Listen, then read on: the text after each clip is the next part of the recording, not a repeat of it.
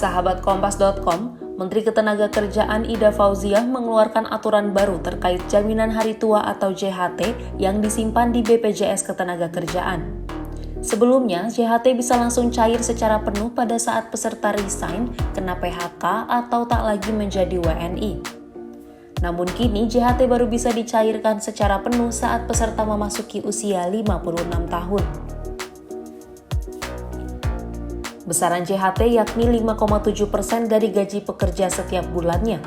Aturan tersebut tertuang dalam Peraturan Menteri Ketenagakerjaan atau Permenaker Nomor 2 Tahun 2022 tentang tata cara dan persyaratan pembayaran manfaat jaminan hari tua.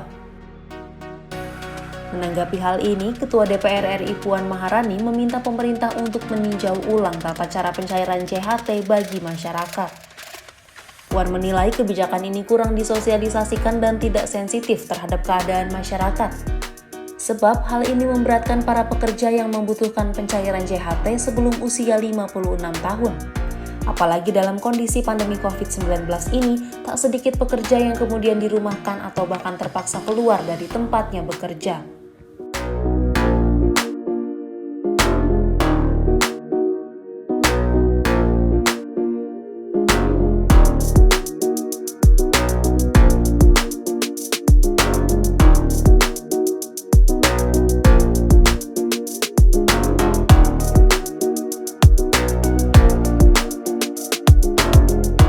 Diketahui, Permenaker Nomor 2 Tahun 2022 sebenarnya implementasi dari regulasi Undang-Undang Nomor 40 Tahun 2004 tentang Sistem Jaminan Sosial Nasional atau SJSN.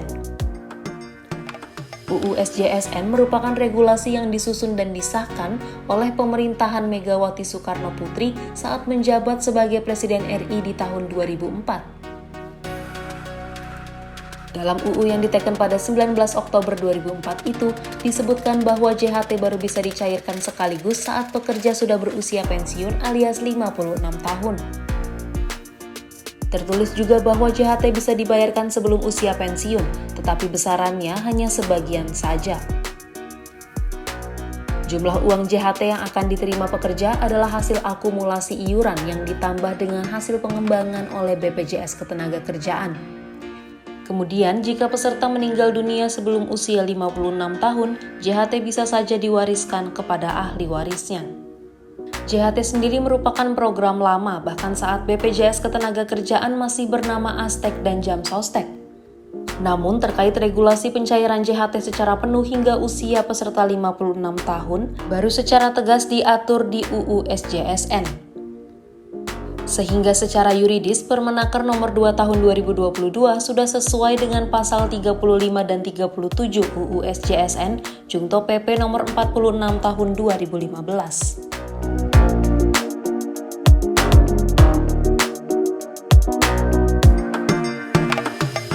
Upaya pemerintah Presiden Jokowi untuk menahan dana JHT milik pekerja hingga usia pensiun sebenarnya sudah pernah dilakukan di tahun 2015 lalu.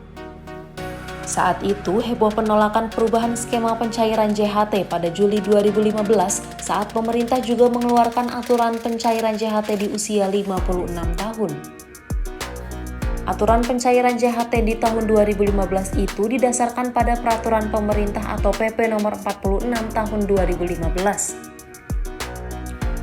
Dalam aturan yang lama, JHT bisa diambil penuh jika peserta sudah terdaftar selama 5 tahun 1 bulan di BPJS Ketenagakerjaan.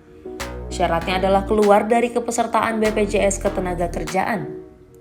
Sementara dalam aturan yang dirilis pada 2015, syarat pencairan JHT adalah minimal 10 tahun terdaftar di BPJS Ketenagakerjaan.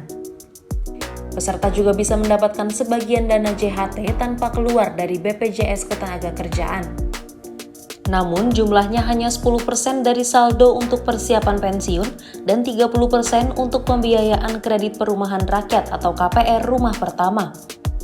Belakangan, aturan pencairan JHT yang dibatasi hanya maksimal 10% ini kemudian direvisi setelah mendapatkan penolakan keras dari berbagai pihak, terutama para serikat buruh.